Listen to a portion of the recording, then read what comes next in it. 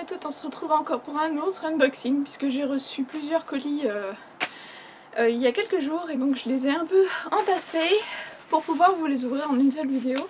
Donc on va commencer tout de suite. Un premier colis qui vient du livre de poche et ça je pense, je soupçonne qu'il s'agit de mon gain de l'opération masse critique d'Abellio. Donc voilà, enveloppe super collée. Elle est toute fine en tout cas, vous avez vu. Donc c'est pas un gros livre. Et oui, effectivement, c'est bien ça.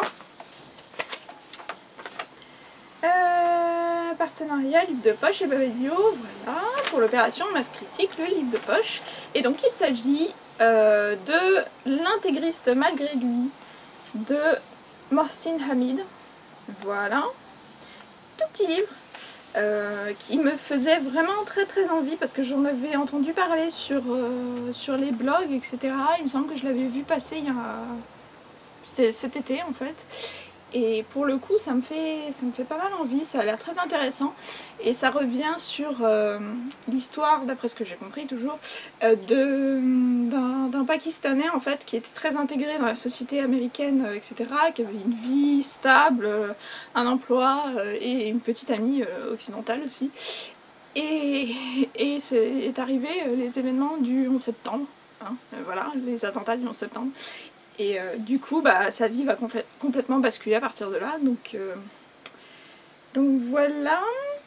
Dans ce monologue, tout en fausse candeur, Mohsin Hamid pose des questions humaines, sociales et politiques fondamentales sur notre monde actuel, sur les relations entre les peuples et les individus, et sur le sens toujours trouble de nos identités et de nos ambitions. Intéressant. Il fait même pas 200 pages. 190. Voilà, ça c'est pour le livre de poche. Ensuite, j'ai reçu deux paquets à peu près similaires. Je pense que tous les deux viennent des éditions Milady et là pour le coup c'est des services presse. Donc voilà, on va ouvrir.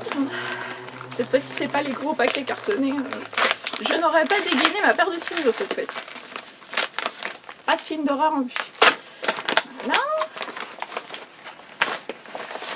Et il s'agit de Mémoire d'elle de T. Greenwood. Et donc c'est les épreuves non corrigées, parution le 21 novembre 2014.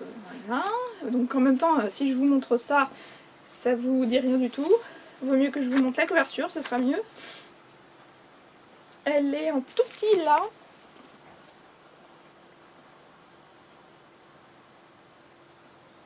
Voilà. Jolie couverture. Je regarde le communiqué de presse. Voilà une plume d'une puissance délicate. Greenwood trouve la lumière même dans les histoires les plus sombres par Publisher Weekly.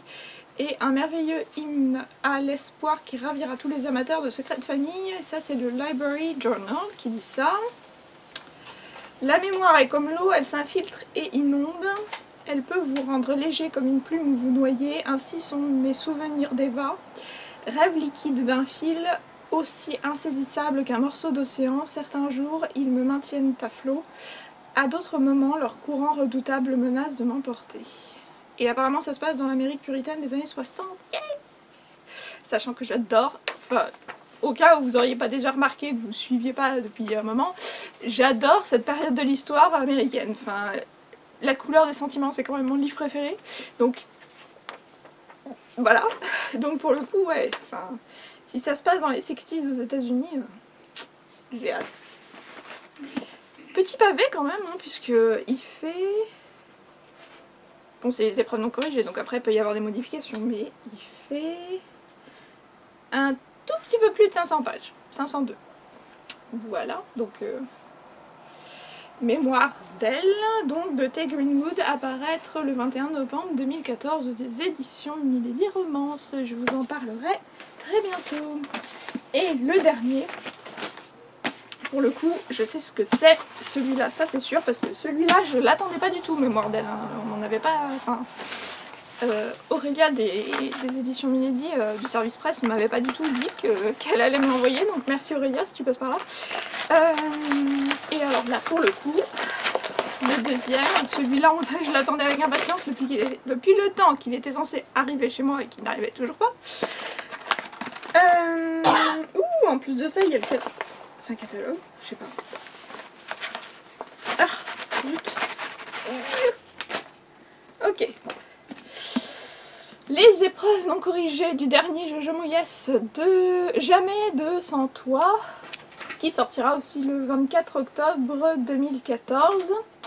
Donc voilà, c'est le dernier Jojo Moyes. Et là, qu'est-ce qu'ils m'ont mis? C'est un fascicule. C'est un oula, tout se casse la figure. D'accord, donc alors, il y a une espèce d'affichette en fait, où voilà. Donc on se posait, alors, rassemble tes idées Myriam. On se posait, il y avait des grandes discussions sur internet, parce que la couverture que vous pouvez trouver de ce roman, donc du dernier Jojo Moyes, Jamais de Sans Toi, celle qui a été ajoutée sur le site Babelio, est totalement différente de la couverture qu'a affiché récemment, qu'ont affiché les éditions Milady. Et donc on se demandait laquelle des deux allait être choisie, laquelle serait la définitive. Et donc apparemment c'est celle-là. Voilà. Donc en même temps, on retrouve une certaine continuité.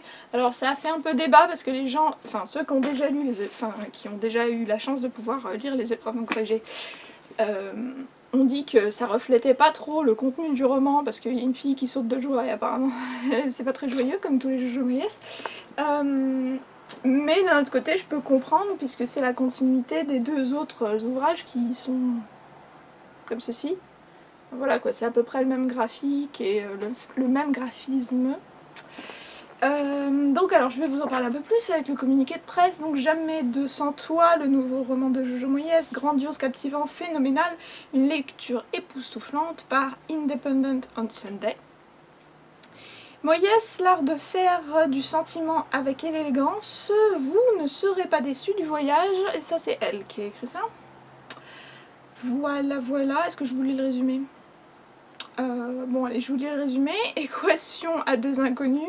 Jess est à bout, elle se tue à la tâche, son mari a disparu de la circulation, son fils rentre de cours couvert de bleu et elle n'a pas les moyens de payer à sa fille surdouée l'école prestigieuse qui la promettrait à un brillant avenir. Alors qu'elle ne s'y attendait plus, la chance lui sourit enfin, la chance ou plutôt le millionnaire dont Jess entretient la résidence. Accusé de délit d'initié, Ed risque la prison et il craint plus que tout d'accabler son père malade avec cette nouvelle. Soucieux de s'acheter une conduite et d'oublier ses ennuis, il se propose de venir en aide à Jess. S'ensuit alors une folle équipée avec la petite famille et Norman, leur inséparable chien. Que va donner l'addition de leurs petits et grands désastres individuels, une histoire d'amour aussi bouleversante qu'inattendue, mettant en scène la rencontre improbable de deux êtres en perdition. C'était un long résumé. Voilà. Bon, et ben au moins maintenant vous savez tout sur le dernier Jojo Moyes, hein, j'ai envie de dire. Voilà, donc d'accord, donc là il y a carrément une conversation avec l'auteur. C'est un dépliant en fait qui m'ont envoyé. Et puis il y a aussi les deux communiqués de presse des deux précédents Jojo Moyes qui sont... Bah, il est là. La dernière lettre de son amant. Alors, est-ce que je vous ai dit combien de pages il y avait là-dedans? Non. 490 pages. Un truc comme ça, 91. Non, attendez, c'est pas fini.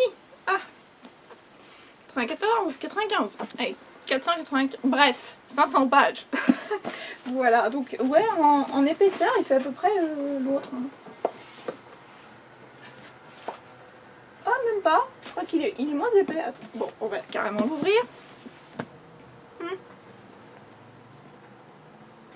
À peu près pareil. Ouais. J'ai l'impression que l'autre était peut-être un peu plus épais. Ah non. Non, non. Bref, on s'en fout. Voilà. Donc bah c'était mon unboxing. Ah, j'attends encore désespérément un colis de la part de chez Robert Laffont qui était censé arriver depuis un moment maintenant, donc j'espère que je vais pouvoir l'avoir avant la dédicace de l'auteur, mais de toute façon je vous en parlerai un peu plus tard, en temps venu. Je vous emmènerai avec moi, il y aura certainement un vlog à venir, voire plusieurs même. Je vous dis à très bientôt pour une nouvelle vidéo et j'espère que vous avez fait de très bonnes lectures. Salut! Et je viens tout juste de recevoir un colis de chez Robert Laffont, donc voilà, petit bonus de la vidéo. On va pas attendre pendant 40 ans, je vais l'ouvrir tout de suite. Puisque si c'est ce que je pense, j'ai vraiment attendu, et il y a eu des péripéties de malade pour avoir ce bouquin. Et oui, enfin, il s'agit du dernier roman de Ingrid Desjours, Tout pour plaire, paru aux éditions Robert Laffont. Voilà, il y a eu énormément de péripéties pour ce livre puisqu'il m'avait dit qu'il m'en enverrait un exemplaire. L'exemplaire a dû être paumé par la poste. Et je rencontre l'auteur cet après-midi pour pouvoir faire une dédicace de l'ouvrage et j'avais pas l'ouvrage entre les mains, donc j'étais sur le point d'aller l'acheter quand finalement ils m'ont proposé de m'en renvoyer un en express par porteur, donc voilà. Ouf!